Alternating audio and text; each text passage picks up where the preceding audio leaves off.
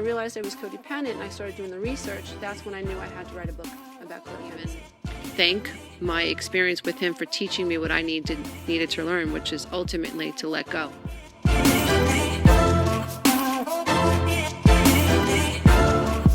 You're the Breakthrough Life Coach, and today we're going to talk about how you can begin to learn how to trust your feelings. Undoubtedly, and every time I coach somebody, we get to a point in their recovery where they begin to ask me questions about trusting their own guidance, trusting their own feelings. They'll say to me, but how do I know that this feeling is correct? Or how do I know that this perception is correct?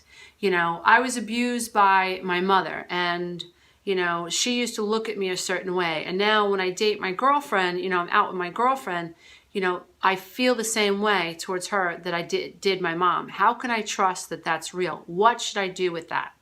You know, what if it turns out that I couldn't trust that feeling, that it was just a projection? You say, Lisa A. Romano, you're always telling everybody that, you know, the way we look at the world is we're looking at the world through a lens, and that lens has been corrupted by childhood programming, you know, and that's true. That's what I say, and that is a fact. So we perceive ourselves and we perceive the world through a particular lens, okay? And all of us, every human being is born asleep, okay? That's a fact. That's why newborns sleep so much, because they're in a sleep state, brainwave state. And children up until about the age of 7, some say 8, jury's out, but up until about the age of 7, all children are in a trance-like state, which is a hypnotic brainwave state. So our parents are essentially hypnotists. Our teachers, the people that train us, you know, in church and in the synagogue and wherever else you go, whatever faith you belong to, people, leaders, authorities that come into our lives, that are in our lives up until we are about 7 years old, are basically hypnotists. Even television, hypnotizing children, and don't think advertisers don't know that.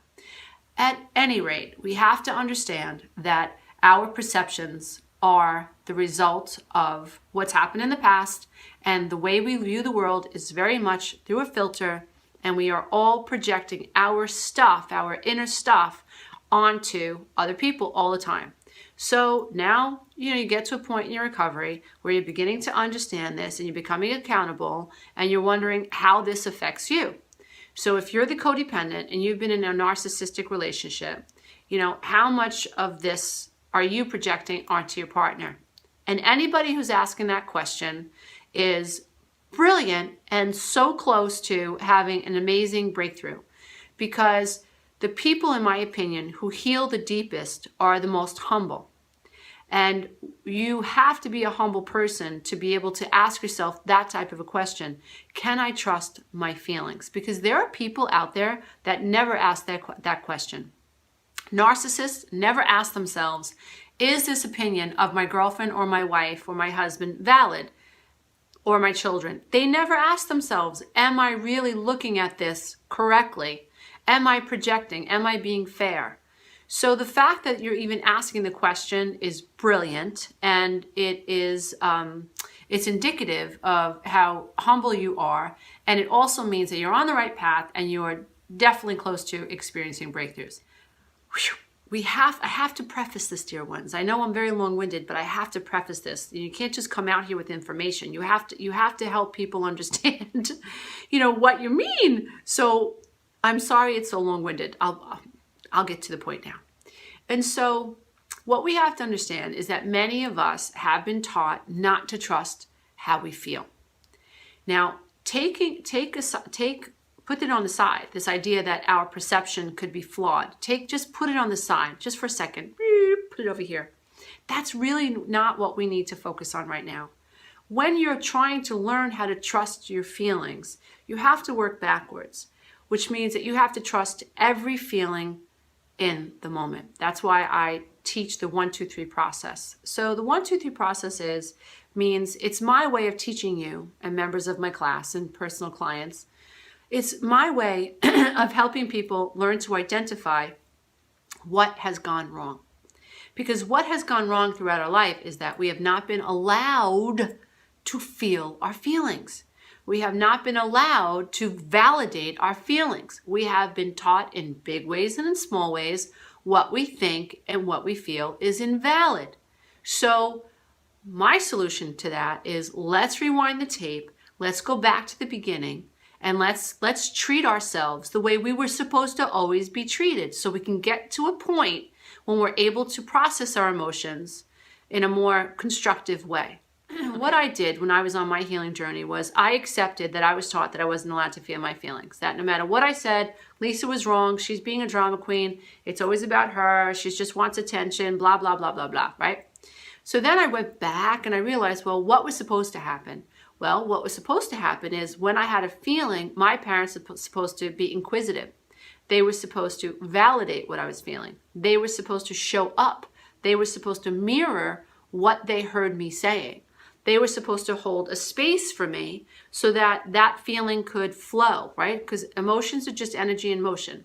So the goal is really in our being is to learn how to let the energy in our bodies flow, right? So I began to understand that, wow, I wasn't allowed to flow my energy. So I have to teach myself how to flow my energy. So parents are supposed to hold a space for their children. They're supposed to say, even if the child is saying, "Mommy, I hate you," mommy is supposed to say, "Why do you hate me? Why do you think you hate me? And what does hate mean to you? And what's this all about?" You know, mommies aren't supposed to say, oh yeah, you hate me? Well, then you know what? You're not eating dinner. That's not what we're supposed to do. We're supposed to hold the space. I'm angry because you wouldn't let Tommy come over after school, and I really like playing with Tommy, blah, blah, blah, blah, blah. And we're supposed to mirror back to this child and say, oh, I can understand why you're so angry. I can understand why in this moment you feel like you hate mommy because, you know, mommy said no. I can understand that. So we're not reacting, we're validating the child's emotion. So now what happens is this energy in this child it's staying, it's moving throughout his system. He's not feeling shamed for what he feels. And he has a being who's presenting herself, right?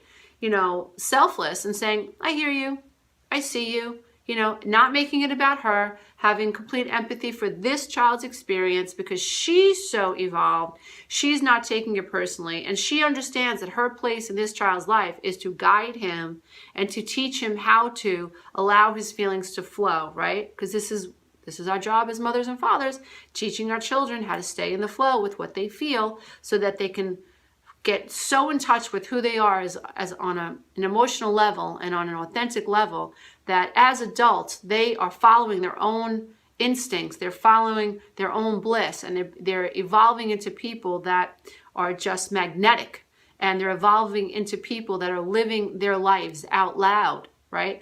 But we can't create adults like that if we are teaching our children that they're not allowed to feel what they feel. So we create this space for this child. He feels what he feels. We acknowledge how he feels. We mirror it back. We tell the child, I could see why you feel that way. And very oftentimes what happens is this child's emotions begin to dissipate. He no longer feels the need to hold on to that anger, which is awesome.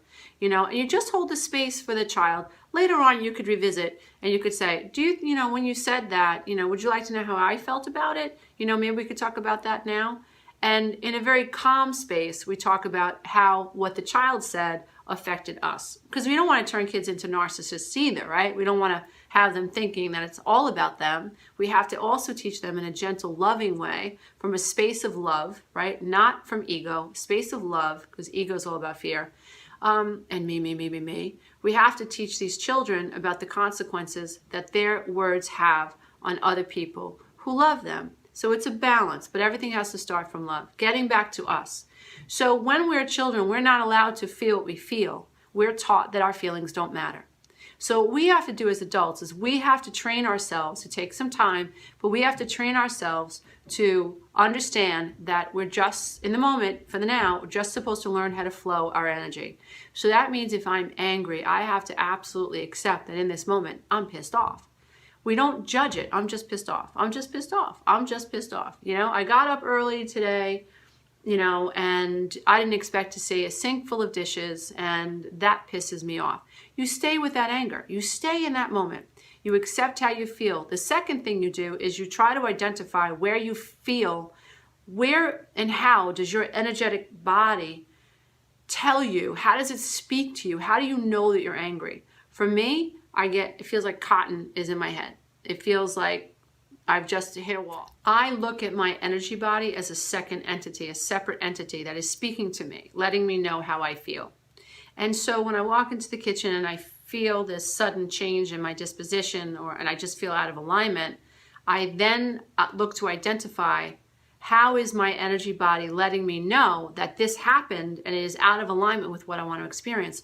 Who the hell wants to wake up at 3:30 in the morning and find a sink full of dishes? Hell no, I don't want to. And if I feel pissed off about that, that's a valid feeling, right?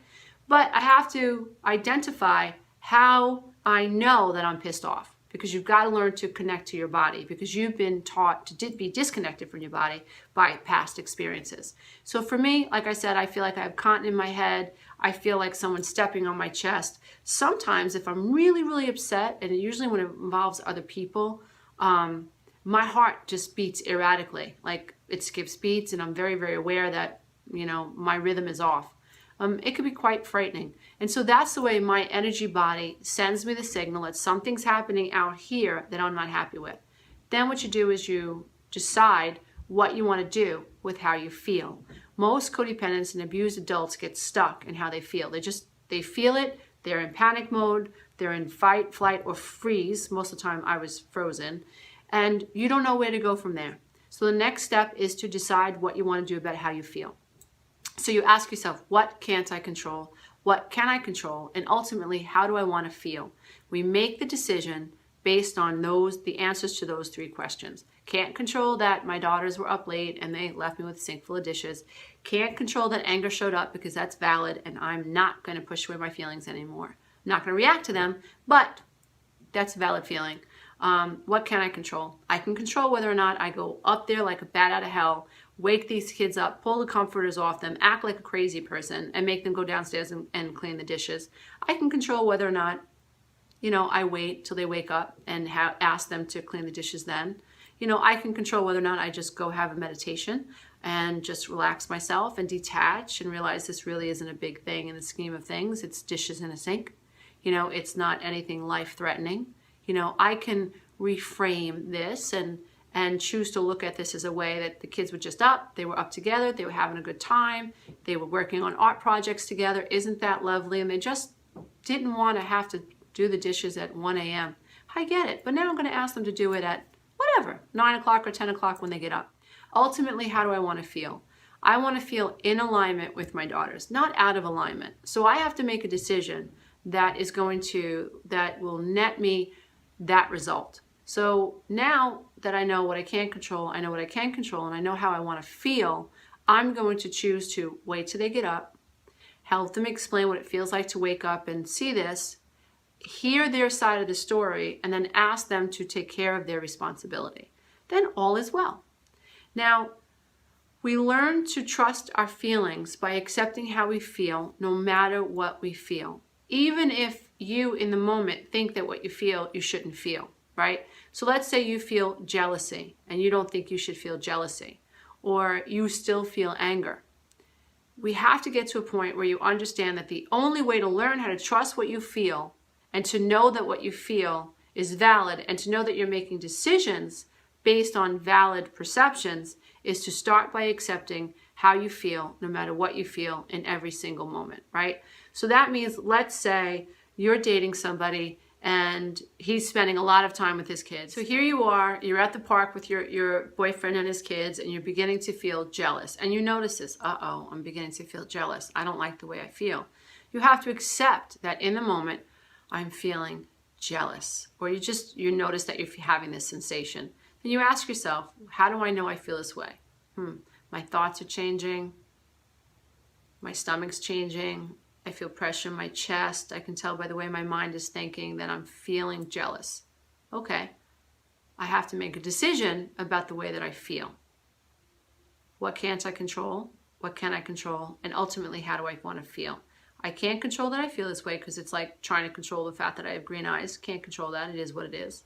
I can't control that my boyfriend spends a lot of time with his children right now. I can't control that my boyfriend has children. I don't have any children. I can't control that he has them today, and this was a day that we were supposed to spend together. It just happened. His ex is sick or whatever, and they're with him today. What can I control? I can control whether or not I leave. I can control whether or not I stay in a relationship with a man who has children, whose life is very unpredictable. Maybe I don't want that in my life. I can control whether or not I act like he's doing something wrong. I can control whether or not I act out.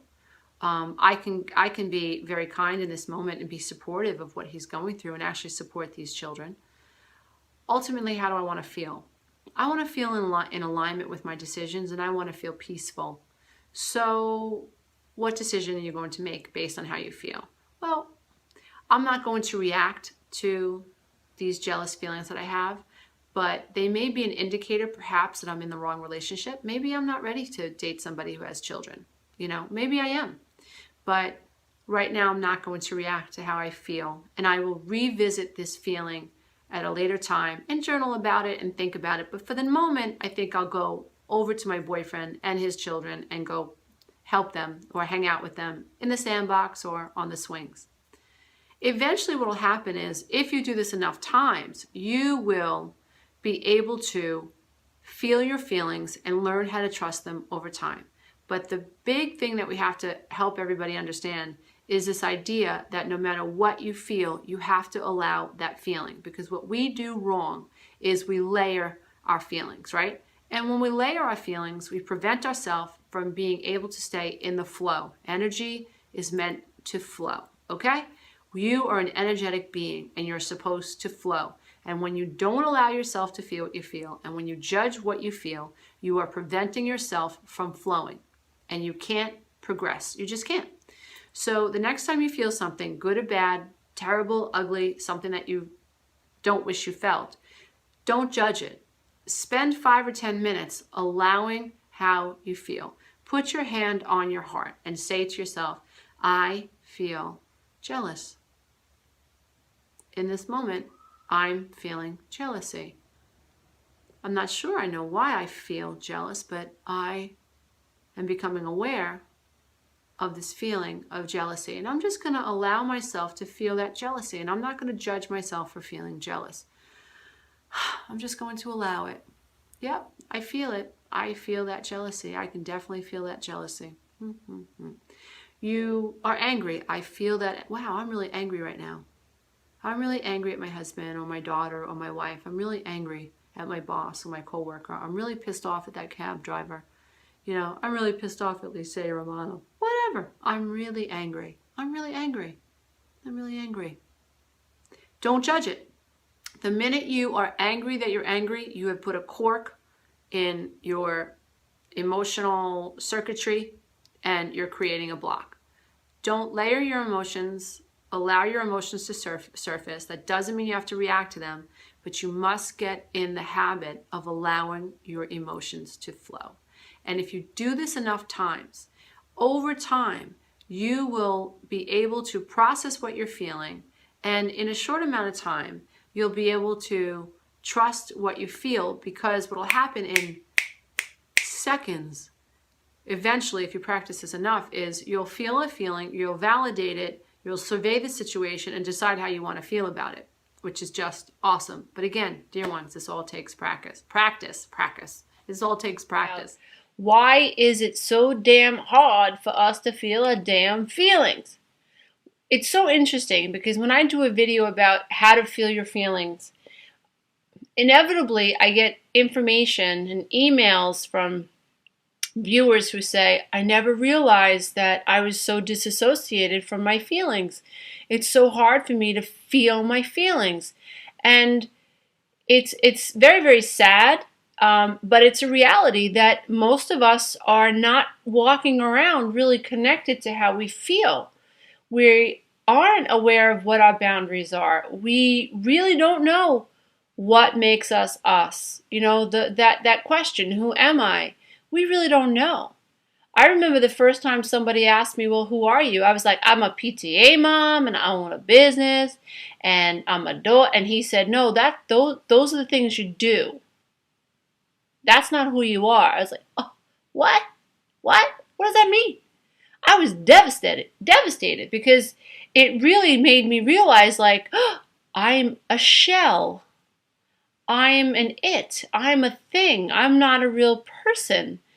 So what makes a human being a human being? Your feelings. Yeah, your feelings. So without being connected to your feelings, you don't feel like a human being. You feel like a thing. You feel like an it. So you get married because you think you should. And you have kids because everybody's having kids. And you take on this job, you become a cop or a nurse because you think you should. It's a civil job. All these things that we're doing are coming from some intellectual space or from information on the outside, and it's completely disassociated or disconnected to how we feel and perhaps what we would like to experience in our life. So let's talk about, without freaking the hell out, because it's kind of scary when you start to conceptualize on some observer level, I'm not feeling my feelings. It can be really a scary experience to come into awareness of that. So just relax, dear one. It's not your fault. It's not your fault. I'll help you figure this out. So just sit back and relax. So one of the points I want to make before I teach you this lesson about why it's so hard for us to feel our feelings is I love metaphors, and I love helping people understand very large, complex ideas with very simple ones. And so how do you think someone might feel if they were driving a car and they were a mechanic? Can you imagine the confidence you would feel if you were a car mechanic and you were driving a damn car? You'd feel fabulous. If the check engine light comes on, you don't freak out. You get a flat tire, you got that covered. Your fan belt goes, no problem. Your starter goes, no problem. You got this. You got this because you're a mechanic. So you would obviously feel very, very confident if something went wrong because you understand organically how to take care of this car. A hell of a lot more than I would, that's for sure. Now, if you would take the same type of thinking and address it to somebody who understands how the mind works. Stick with me, dear ones. Healing does not happen just on an emotional level. You need your damn brain to process the feelings. Not understanding how the brain works, not taking into accountability how the brain works, how it was designed to work to keep your ass safe, not understanding this piece of the puzzle is like trying to drive a car but not knowing where to put the key, or even that there's a key in a hole. It's so much easier to embrace the healing journey if you also at the same time adopt an appreciation for how the brain works. I'm getting there. I'm going to teach you about why it's so hard to feel our feelings. Now that's just the basis, right? So if you were a mechanic, you're driving in the car and your check engine light comes on, you feel confident. If you knew how your brain worked and you were on a spiritual healing journey and you knew how the brain worked, you'd feel a lot more confident. Now let me explain to you why. Okay, so the brain is wired to avoid pain and to seek pleasure.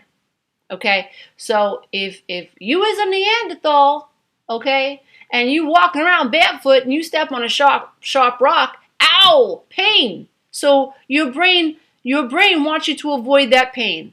So that pain you would validate as a Neanderthal, and you would begin wrapping perhaps vines around your feet or leaves around your feet. Or you would start taking care of your feet. So the brain avoided the pain and wanted to help you seek relief or pleasure. That's why you felt the pain. And because of the pain, you were able to move away from the pain to pleasure. That kept your feet safe. And that's innate, dear one. So now, hang on. It's going to get interesting. So imagine if your name is Charlie, or whatever. I'm just saying Charlie. I like that name. So imagine your name is Charlie. You're 2 years old and you're walking around your house and you bump your head. And you feel pain. The natural response of a 2-year-old child is to cry because the baby feels pain. If the baby is born to two functional parents, a male energy and a female energy, that represent him because he is of a female and a male, right? So now externally there's his male, and there's his female, right? Energy that created him. He's got the male and the female energy within him. So mommy and daddy are in the kitchen with him, and mommy hears Charlie cry, and she turns around and she says, "Oh, Charlie, did you bump your head? Poor baby, come here. Let mommy kiss you. Let mommy hug you. I'm so sorry. Let me rub. You want some ice, sweetie pie? Honey, get the baby some ice. Sure, babe, no problem." Daddy goes and he gets the ice. It's a family affair. This is my tribe, and they love me. Everything's great with the world. I cried. They heard my cry. They validated my cry. I am important. My pain matters. My pain has been relieved. Yada, yada, yada. So the message in Charlie's brain is bumped my head, felt pain, cried, got validated, mother soothed me, daddy validated me, pain is subsiding, I am now feeling pleasure. So Charlie associated pleasure with expressing his pain. He got relief from expressing his pain. Charlie's pain was validated. Charlie first had to validate that he hurt his head. Then Charlie instinctively cried. Then mother responded to that cry. So there was Charlie, the pain validates the external experience. Charlie's pain, Charlie himself, the being, cries in response to the pain, more validation. Mother acknowledges and or validates the pain of the cry. Father gets in on it, and now it's a family affair. It's a tribe affair. And this baby is being taken care of through resolution. So Charlie has learned in this very innocuous experience that my pain matters, that it's good to express my pain. Mom and dad are supposed to validate my experience. It's okay to cry. It's okay to feel. It's okay to feel, even painful feelings. It's okay to cry when I'm in pain. It's okay. And in doing that, I sought and found pleasure. And then, dear ones, there are no energetic blocks in the baby's body. Before long, Charlie's like, "Can I have an ice pop?" And it's over. It's over. It's beautiful. It's beautiful. Mom goes back to mashing her potatoes. Daddy goes out and waters the lawn. Everything's great.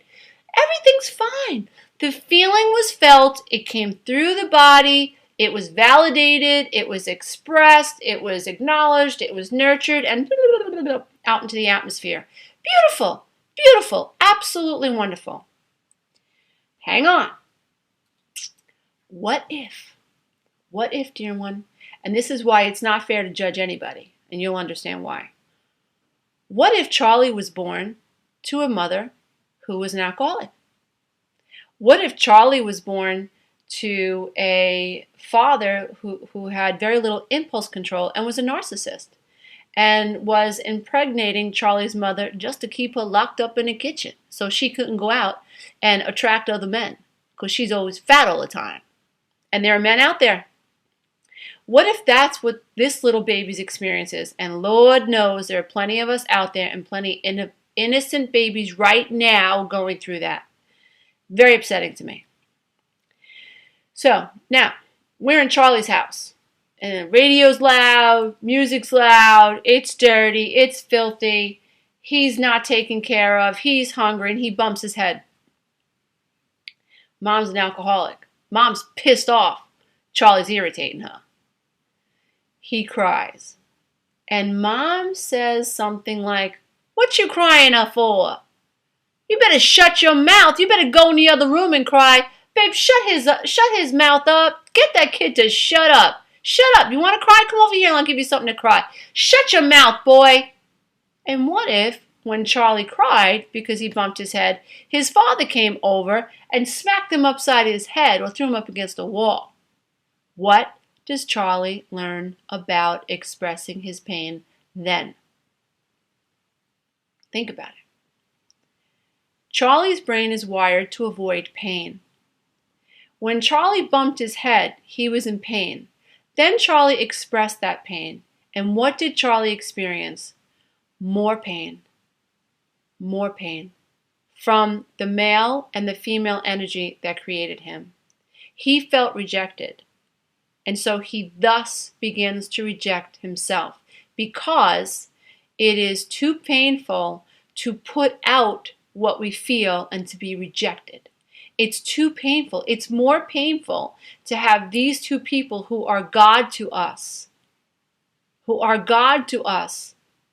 reject our pain and tell us that we have no right to feel what we feel, or make fun of us, or make us feel like we are a problem because we've expressed that pain. It hurts less. Now go back to the way the brain is wired. The brain is wired to avoid pain.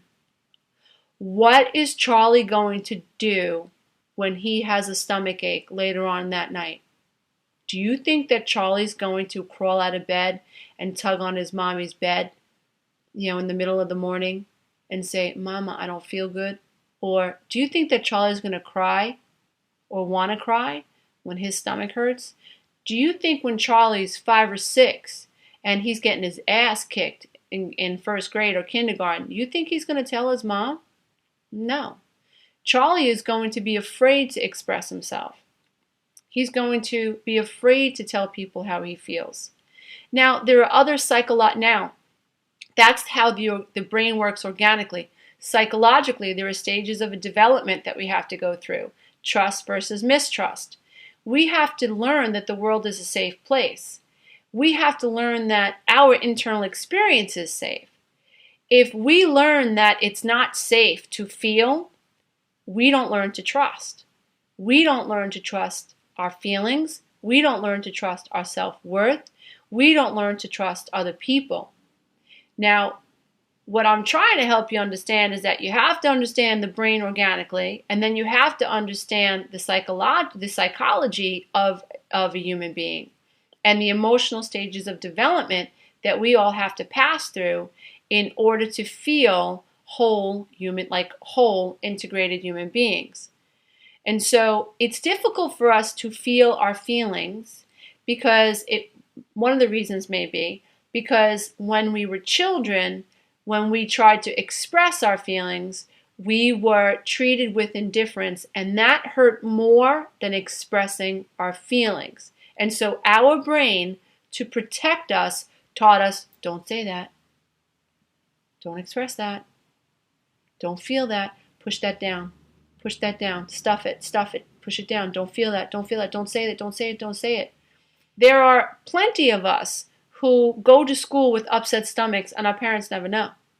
There are plenty of us who, I remember that I was 12, I was swinging on a park swing. Back in the day we had metal swings. I don't know if they have them everywhere all over the country or the world, but in Queens we had these metal swings. And my best friend at the time was, we were doing the up and down thing, so she was in front of me and we were swinging back and forth. And her best friend, so she didn't know that she was my best friend. But another girl got jealous that she and I were so silly, stupid. But she was jealous that I was on the swing with her friend. And she chucked a swing at me while I was in flight. And the corner of the other metal swing clipped the top of my head. And I had a gash in my head. And I hit the ground. And literally blood, the scalp bleeds so much. There was blood all over my face, my bra, my underwear. They raced me home. By the time I got home, I was covered in blood. I never told my mother. I was afraid to tell my mother. I thought, oh my God, well, she's going to say, what did you do? I just did not have. Now, that's not because my mom wouldn't have taken care of it. It is. But it's because very early on in my emotional stages of development, I did not learn to trust her. I did not learn to trust myself. I did not learn to trust that I had a right to tell people I was in pain because I was taught in big ways and small ways that my pain was irrelevant. And so expressing that pain freaked my brain the hell out. So my brain, trying to protect me, was sending me signals to shunt the pain, don't acknowledge the pain, push it down, push it down, push it down. Because it hurt less to express than it did to tell them more. And so that's just organic. So what happens now when we're adults? We're adults, and a long time ago, we created a limiting belief in our subconscious mind that has us believing and fearing expressing our feelings. We have so much pain associated with telling people how we feel that we've disassociated from being able to even connect to how we feel. Now, the other issue is that I feel that in order for a child to learn the proper process of integration, a parent needs to teach a child to validate their internal experience. So if child A, Charlie A, comes from a healthy home, he has been taught how to integrate, how to acknowledge how he feels and express it. Now, child B from a messed up house has been invalidated. And in teaching that child to invalidate the feelings that he feels, his parents have thus literally brainwashed him to invalidate his feelings. He has been brainwashed to disconnect from that which he feels. It is not his fault. It's not his fault. If you was 50 years old or 70 years old and you don't know how to feel your feelings, dear one, that's not your fault. That happened a long time ago. And I'm here to tell you, we can go back and rewind the tape and rewire the brain. We can do it. It takes some work, but it can be done. Because if you don't do this work and you don't figure out how to feel, you're going to be depressed. You're going to be full of repressed rage. You're going to be angry. You're going to be irritable. You're going to be aloof. Sometimes almost like, are you alive? You have a pulse? You ever meet some people like that? Like, how you doing? Fine. You sure? Absolutely. Why don't you think I'm fine? They're robotic. Not their fault. The hope is that they're able to like unfreeze them, you know?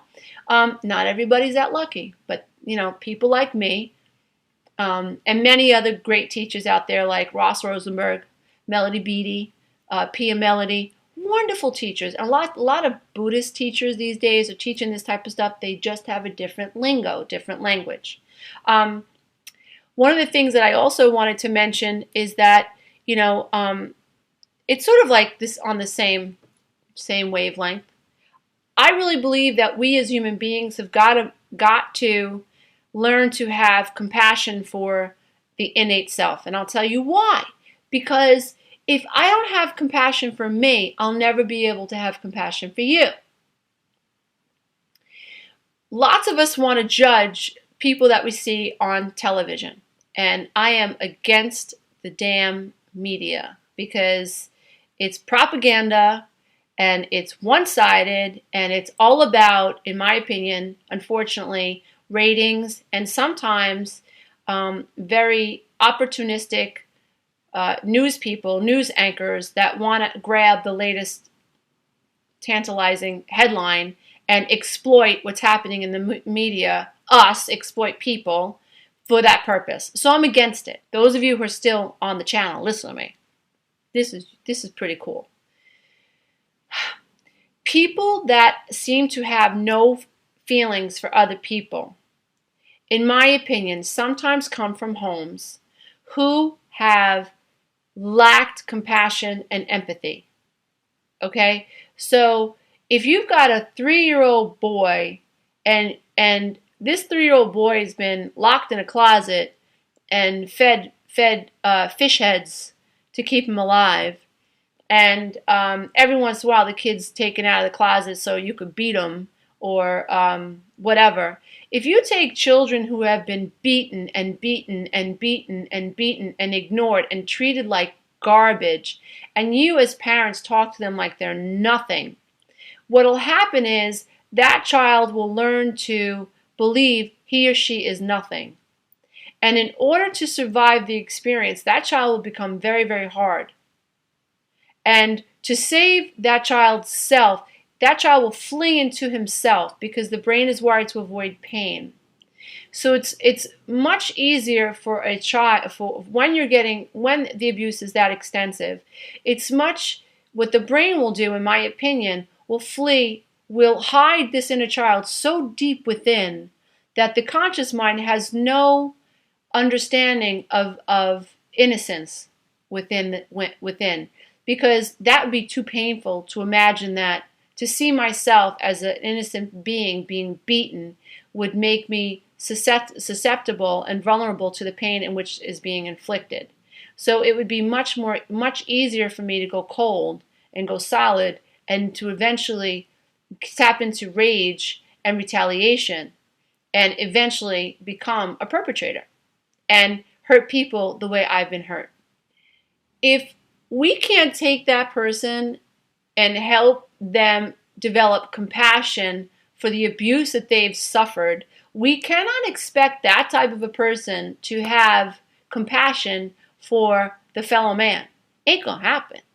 And the answer cannot be to continually condemn and judge. The answer must be, we must somehow as a society begin filtering, and I think we are, begin filtering in the idea that people are recycling their childhood dramas. And so pedophiles in most cases are repeating the trauma that they experienced.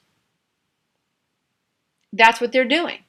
And so if we were able to help someone that has been severely traumatized as a child, who is now as an adult caught in the perpetual cycle of now doing this to other people, the goal would be to help that person come into awareness of what happened to him or her, and to help them successfully integrate the pain and validate their experience, and help them learn to have compassion for the inner child. Again, I'm not religious, but Scripture says, seek the child within.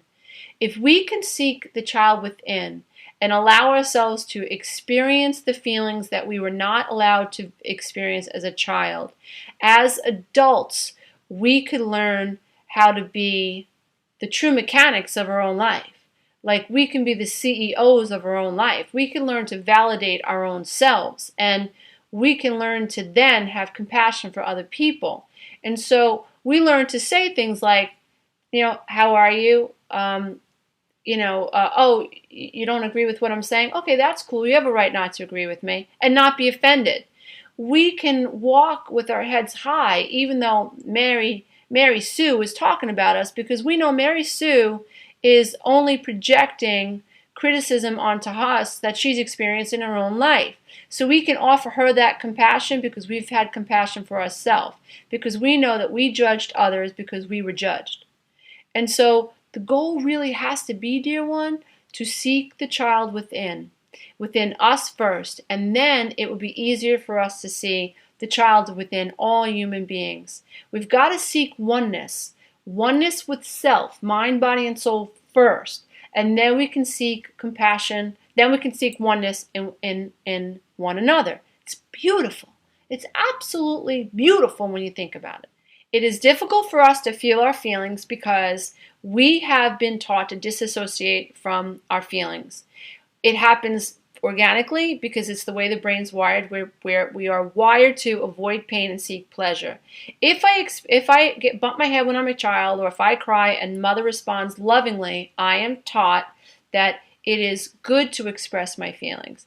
If I have a need and I am shamed for that need, I am taught that there is a lot of pain associated. The brain associates pain with expressing that pain. So my brain will say, don't do that. Don't tell how you feel. Don't tell people how you feel. Pretend you're okay, because that makes them happy. Now, emotionally, we want to make other people happy. We're seeking our parents' validation. Very normal. Not our fault, dear one. That's what all babies do. They seek their parents. We don't know they're messed up. We just want their validation. They could be mommy dearest. They could be some horrible, horrible father figure. We don't know they're horrible people. We just want them to love us. So, psychologically, we're seeking their validation. And so, if there's pain associated with having a need or a want, then the brain will say, don't have a need or a want, disassociate, disassociate, get small, get small, get small, and instead of get big, be who you are. Because there will be more pain associated with expressing how you feel, and less pain with making yourself shrink. Dear ones, I really, really hope that this has helped you not feel crazy. Like, don't feel, if you feel crazy, accept that you feel crazy, and then try to figure out why it is you feel crazy. If you have been taught that your feelings don't matter, that's going to make you crazy, because you came here to feel. Because you as a feeling being that was intended to come here to tap into the way you feel so that you could figure out what you want to do with your life. What you want to do with your life. What the hell do you want to do with your life? What makes you happy? What kinds of things, make your skin tingle? What kind of things get you excited when you talk about them? Those are all feelings. Those are all feelings, and they're all unique.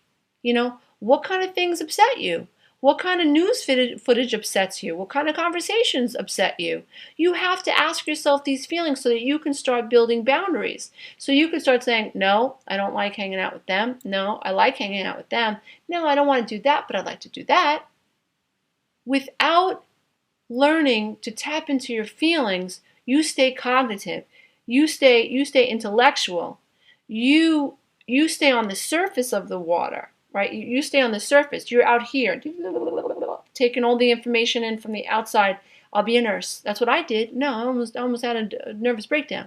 I'll be a cop. My brother almost had a nervous breakdown. We did those things because that's what we were taught. Dear ones, I hope this has helped you. Please keep your comments coming. I bow to the love and the light in you. Life coach, and I've been asked to do a video that speaks specifically to how we, adult children of alcoholics, adult children of narcissistic parents, adult children of the dysfunctional, how can we learn how to integrate and finally feel our feelings? It's so important that we understand that we have a huge disconnect to how we feel, because going back to childhood, nobody ever checked in with how we felt. And so we became out of focus. We became obsessed with trying to please mother, obsessed with trying to please father, and all children do. And I believe to a great extent all of us suffer just with, trying to figure out, where do we draw the line between pleasing our parents and pleasing ourselves? Like, when does that line get blurred, and when should we start peeling back? Certainly if we've progressed through the natural stages of emotional development, then we have a much easier time learning about where that line is. And if mom or dad becomes intrusive, we're able to say, listen, mom, dad, your inquiry is a little intrusive, and I ask you to respect my space. If mom and dad are healthy, then they will. If mom and dad are not healthy, then they will berate you. They will go over that line. They will harass you and whatnot. And so it's important that before I get into this lesson, that we have some understanding as to why we have such a difficult time feeling our feelings. So many of us are very intellectual because we're out of focus. Remember, the intellect represents things that we can control our environment. We were excellent cheerleaders. We were excellent soccer players. We were excellent violinists. We were excellent blah, blah, blah, blah, whatever. We excel. We overachieve. Some of us don't do that. Some of us take the exact opposite approach because we were never able to get any sort of praise or direction from mom and dad. So this is all about growing the hell up and taking responsibility for how we feel and learning how to finally say, okay, this is what happened in my past. This is why I have this programming. Now what the hell am I going to do about it? And that's what I'm all about. Yeah, we have to understand why. Okay, there's a time for that. But at the end of the day, we have to figure out how to feel what we feel, honor that, and begin making life choices that are in our best interests, so that we are now responsible for what happens to us next, and we become the deliberate creators, so that we don't have to blame anybody else for why we're pissed off. We don't have to blame people for why we're not getting to where we need to get. We are willing to take total responsibility for what's happening in our lives. So we're going to learn how to feel our feelings. So we're going to learn how to get out of our head, and we're going to learn how to tune into self. But before we do that, we need to understand the process. what I want you to understand is that I have 3 paper plates here. And just bear with me. You guys know, if you're watching my channel enough, you know I like diagrams and stuff. And so we have the mind, we have the body, and we have the self, the essence of us that represents our spirit. For those of my clients and YouTube viewers that have an issue with the word spirit, just change it to self, the essence, that's you, your feelings and or your vibrations. So the vibrational aspect of you. So in my humble opinion, I believe that the body and the self are more divinely connected or naturally connected, and probably always connected, more so. So they are one. The essence of this ain't easy, y'all. This ain't easy. I'm trying. The essence of us is always sending signals to the body. Okay. Now, the brain in us ain't always listening. The brain is not always listening to the body. So I can feel anxiety. I can hate my husband. I can hate being domestically abused. And my body can feel that, but my mind will keep me stuck. Like, I can't leave him. I can't move on. I'm afraid. I'm afraid. So no matter what my body's saying, my mind is justifying why I'm staying. So what we have to learn to do, I think the easiest way to learn how to integrate and become one, mind, body, and soul. See how that works? Mind, body, and self. The best way to do that, and the easiest way to do that, is to begin tuning into how you feel. So how your body feels. Like, when I'm around this person, how do I feel? Oh, I feel anxious around that person. Okay, listen to that cue. You can ask yourself why you feel anxious later, but that's going to come from the mind. Why do I feel anxious is going to come from the mind. Now, the mind has been tainted by dysfunctional programming, and that sounds like, kind of frightening, because, am I saying that I shouldn't trust the mind? I'm saying y'all better trust your body first until you get this stuff straightened out in your head. I'm saying that you'll have an easier way moving forward if you begin trusting how you feel, how your body feels first, and then start working through learning how to process information through your mind. So for instance, let's say one of the clients I had this morning, who actually suggested, hi Allison, that I make this video. In her situation, she has tremendous anxiety and frustration in the job that she's at. And so it's been that way for a while. And when I asked her, well, what kind of job would you thrive in? And she went right into the kind of job that she would thrive in. And so what I tried to help her understand, that the anxiety that she's feeling in her body every day going to work is trying to tell her that she's not happy where she is. And it will serve her to start paying attention to that anxiety. What is this anxiety trying to tell me? The anxiety means something. I believe it's the way the essence of us gets to tell us, we's in a wrong job. Like, we don't belong here. Like, we need to get out of here. How else is our spirit, or the essence of us, or our true self, how else can this essence that we are communicate to us except through the emotional body, except through the body, except through things like anxiety, except through our emotions like frustration and anger? Our innate self is trying to send us signals, and our brain will, because we've been taught to be outer focused and to be superficial and be of the world, and to put more faith in money and more faith in what other people think we should do, and try to keep up with the Joneses. That's all of the illusion of the mind. So the mind is telling us that we should be pharmacists. The mind is telling us that we should be computer analysts. The mind, based on outside information that has nothing to do with what the innate self is telling us we should do. Now, am I saying that everybody should go and quit their day job? Hell no. You got to support your children. I know I wanted to be a writer, but I didn't quit my day job. I wrote at 2:30 in the morning, or I wrote when I got home from work. I was smart about it. I had to save money. I had to support my family, but at the same time, I began to follow my bliss when I could. And that just brought great levity to my life, because I felt like I was moving, at least I was creating a forward-moving momentum in a direction that I knew would ultimately bring me to a much happier place. I could never have imagined that this is the place that it would bring me, that I would have this much abundance and this much love and this much light. Never, never. I mean, seriously, never thought it would be this good.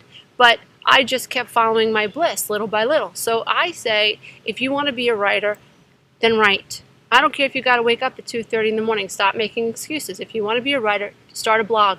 If you want to be a writer, write a chapter a day.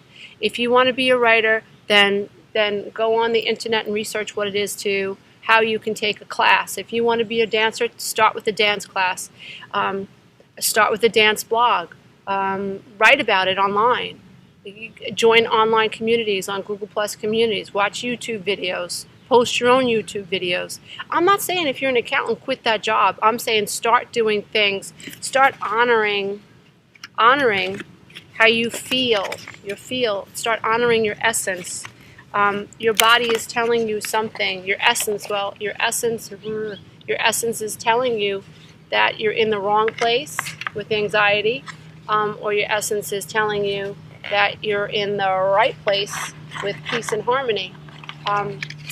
The goal is to, like in my other videos I talk about accept, feel, and then decide.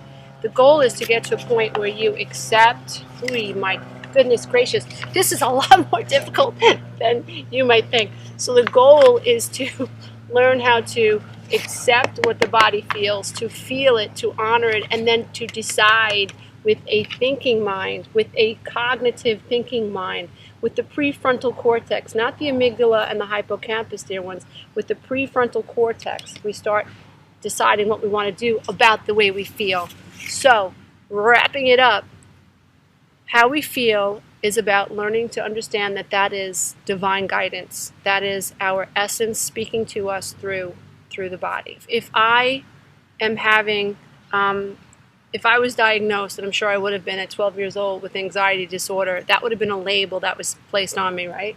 But if the people that were diagnosing me did not take into account why I felt anxiety, then my mind would have attached a negative label to my anxiety. Now I know, looking back, all of my weird coping skills, all of my anxiety was telling me something. I went to nursing school. I excelled at it because I was a super achiever and I was seeking validation outside of self. And so that was my motivation, because I didn't know where the hell to get validation. I didn't know that I was supposed to be listening to myself. I didn't know that it was okay to want to be a writer and actually pursue that in college. I didn't know that. My father told me no. And I wanted to please my daddy. Those of you who have read my book, The Road Back to Me, you know that story. So that all goes back to being an ACOA and trying to get daddy's validation and never getting it and whatever.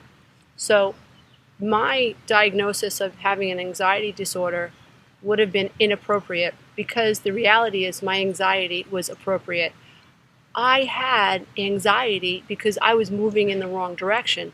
My essence had a calling, and I knew it. I knew when I was 7 I wanted to be a writer. Hello, puppy. Where'd she go?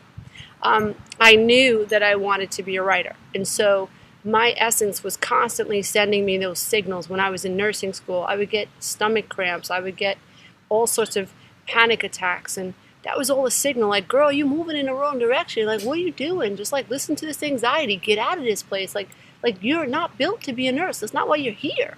You know? And so had I listened to my body, I wouldn't have suffered like these little mini nervous breakdowns. I wouldn't have had that panic and that craziness that overwhelmed me so much of my life and made me think that there really was something wrong with me. Had I learned to listen to the anxiety and honor the anxiety and get into alignment with what I really wanted, I could have saved myself so much turmoil. So dear ones, the goal is integration. Integration of what? Mind, body, and soul. So the further your body and mind are from, the less your mind accepts what your body's saying, the more anxiety you're going to have. So understand that this big rift between your mind and your body is the result of being raised by people that didn't do a very good job at teaching you how to honor how you feel, because they didn't honor how you feel. Okay, now, fast forward. We as big people now, we've all grown up, and it's time for us to use our mind, and we start validating what the hell we feel like. So I hope that this has I want helped to you. talk about an aspect of narcissistic abuse that victims of narcissistic abuse should consider. When you first meet somebody and they love bomb you, what happens in your mind is that a narrative gets developed about this person. And that narrative is a positive narrative. So you're developing neural wiring and associations to this person that mirror this positive narrative. You don't know that this person has ill intentions for you. You don't know that this person has an agenda. You don't know that this person is manipulative. All you know is that this person is awesome and they make you feel seen. It's very, very, very important that we understand that people who are predator type personalities will exploit the needs of somebody who has a deep need to feel seen. So if you are somebody who comes from an emotionally neglectful home, if you are somebody that comes from an alcoholic home or a dysfunctional home, or a home where there was unpredictability, where there was inconsistent validation, where the parents in the home were not attuning themselves to the children, you must understand that you may have missed a very important milestone, which is the need to feel seen and connected and bonded with a maternal figure, somebody who showed up in your life and made you feel like there was a being inside of you, that you had a self and that self was worthy. Now, if that didn't happen for you, you are a target for people who want to exploit the energies and the need for others. And this is something that you need to understand. When you are a victim of narcissistic abuse, you have this one narrative in your mind about this person, of a narcissist, and it's positive. And then what happens is over time, the mask starts to slip. It may take 8, 9 months, maybe even a year for you to begin acknowledging, was that a lie? Or did this person just insult me? Or, is that person flirting? Is that person saying what they're saying? Or a friend comes to you and says something about a lie that they believe that the narcissist has told. And now this new experience is clashing with your narrative, with the cohesive or coherent narrative that you have, at least that's what you think it is, this cohesive narrative, positive narrative about this person. And all of a sudden, in this middle experience now, 8 months later, a year later, these things start to happen in your experience that are in direct conflict to what you think or what you believe about this narcissist. That creates tension in your body. Now, it's a double whammy, because as you start to experience these insults, right, and this minimizing by this narcissist, these insults and whatnot, what ends up happening, marginalizing, what ends up happening now is from the outside, the narcissist is telling you you're crazy, that, nobody thinks like you, or they're projecting their stuff onto you. So not only are you struggling internally with this conflicting information, like, can I trust this person? I thought this person was awesome. That's internal. But there's a double whammy, because externally you're being it's like hit over the head by this person who is who is insulting you and then suggesting that what you think and feel is not valid. So you're getting gaslighted. So now you're having this internal experience which clashes with this narrative that you've created over this person. And this is internal clash, which is being compounded by how the narcissist is also psychologically abusing you, right? So it's a double whammy. Now, you experience all this shame. If you're lucky, you get kicked out of this mirror. You get kicked out of this loop. You go no contact. A friend says to you, hey, this is ridiculous, or you just catch up with the lies, and you have absolutely concrete evidence that this person's been lying to you about lying to you. And you're like, I can't take it anymore, right? And this is your opportunity to get out, and you get out. Very delicate stage, because now what happens is you have this one narrative in your head about this person, which is still there, and then you have this middle experience of this person with all this gaslighting and all this self-doubt, right? And now you're kicked out. And now what has to happen is you are in the process of creating an entirely new narrative, which is full of self-doubt and which is in conflict to the first narrative. So the reason I wanted to create this video is because when you're getting kicked out of this codependent narcissistic relationship and you are beginning to realize what happened, It is a very delicate time. It's a very fragile time. It's a time where, and I want to offer some suggestions. If you are finding yourself discarded by a narcissist, if you are discovering that the person that you married or the person that you loved or the person that you thought was your best friend has high narcissistic traits, if you find that you were gaslighted, that you were marginalized and minimized and narcissistically abused and psychologically abused by this narcissistic projection, and you're coming out of it, what I want you to do is to understand that this is a very fragile time, because what's happening to you psychologically, at least in my humble opinion, is that your mind has to develop a new narrative for this whole experience, and that's going to take time. One of the things that I suggest that my clients do is create a timeline of events, facts over emotions, because the narcissist has exploited your emotions. That was the energy that they drained from you, and they did it through their words, they did it through their actions, right? So they had no empathy for you, they exploited you, they felt entitled to, just psychologically get inside your mind and really like just trample all over your thoughts, beliefs, and your perceptions, and to minimize you, right? So you're out. Now, what we have to do is we have to stick to facts.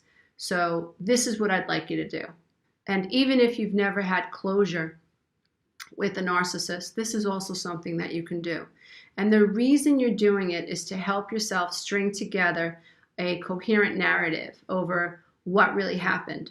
Your mind needs to be able to, in a cognitive way, understand what happened, to pin the tail on the donkey so that your mind can make sense out of your experiences as to why you feel the way you feel.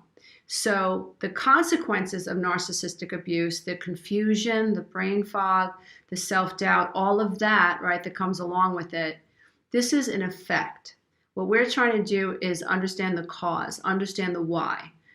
If you can consciously understand, oh, this is why I feel the way I feel, right, then you're stringing together a narrative in your mind that will help you heal much sooner than later. So string together a narrative. Start with the day you met.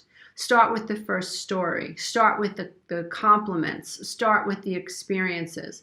Start with the facts. I once had a friend tell me that she met someone at work who told her that his wife had cancer. His wife did not have cancer. His wife was alive and well, right? But the story was to this coworker that his wife was sick with cancer, and he went on to say that he was responsible. I mean, it went on and on and on, all about the victimhood, that his wife had cancer, he had children that were in soccer and ballet, and he was the one taking care of them. None of it was true, right? 2 years later, we're stringing together what really happened. And so we're understanding from day one, there was grooming happening. So pay attention to the facts. Try to remember as many facts as possible. So that would go, like, let's say you're together for 24 months. So January 2018, February 2018, right? And you would include as many facts as possible. If you went to any events, if you have any text messages, any WhatsApp messages, any Instagram, anything that was going on Instagram, anything that you can say, aha, this happened, right? Facts, all facts. Then what you want to do is, let's say it's over a 2-year period, for instance. Many of us are in these relationships for 10, 20, 30, 40 years even. Then what you do is you take an inventory of how many times you suspected that something was wrong and how many times you ignored that gut instinct that you thought something was wrong. Now, the reason, I'm going to tell you why that is very, very important. The reason why this is so important is because what you eventually will walk away with, hopefully, is this understanding that your gut was right all along.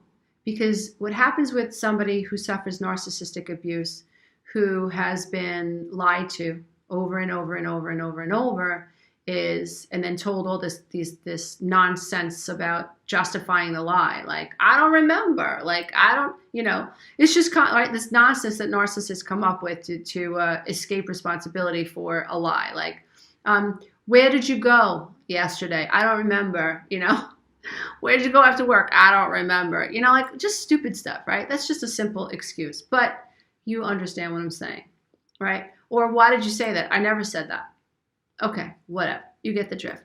The reason it's important that you also write down all the times that you had a gut instinct where your mind went, and you ignored it. Because what we suffer from is tremendous self-doubt. We've been gaslighted. We've been told that we're crazy. Every time we had a suspicion, it was met with some excuse that in the moment may have sounded valid. Or maybe when we pushed somebody with high narcissistic traits too far, they got angry and that intimidated us. So we shut down and we forgot what we were talking about, right? We have tremendous self-doubt. We don't trust ourselves. And when you start to string together the facts, and then you start to string together all the times you had the gut instinct that something was wrong, but suppressed it or denied it or didn't talk about it, what you begin to understand is you were right all along. Your body told you there was something wrong, which means you can slowly begin to trust yourself again. And so I think that if you take the time to create this timeline from the time you met this person, the words that were used, remember all the lies, right? Make a list of the lies that were told. Where did they say they were going to be? Find those facts. Make a list of all the times you had the WTF moment where you were like, what the is going on here? And you ignored it or you put it away. And I really do hope that those of you who take me up on this challenge and those of you who are struggling with self-doubt after narcissistic discard, I just received a letter today from a YouTuber telling me that she doesn't know which end is up, which is so sad. And this is exactly what I told her to do. I really hope that this video is helping some of you out there who are suffering from narcissistic abuse gain your footing and gain your ground. It will get better. It will get better. And it's very, very important that we understand that those of us who have attachment trauma, those of us who have a need to feel seen, right?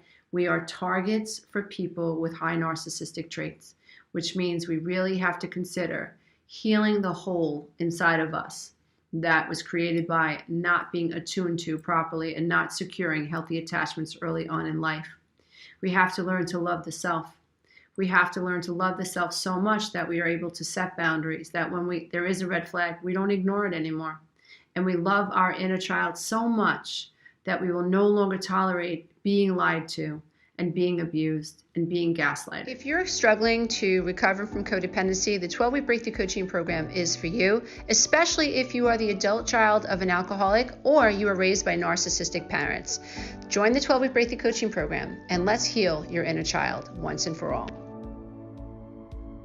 Hey, if you love this content, don't forget to check out the next video, and you can go to my website and take the codependency quiz.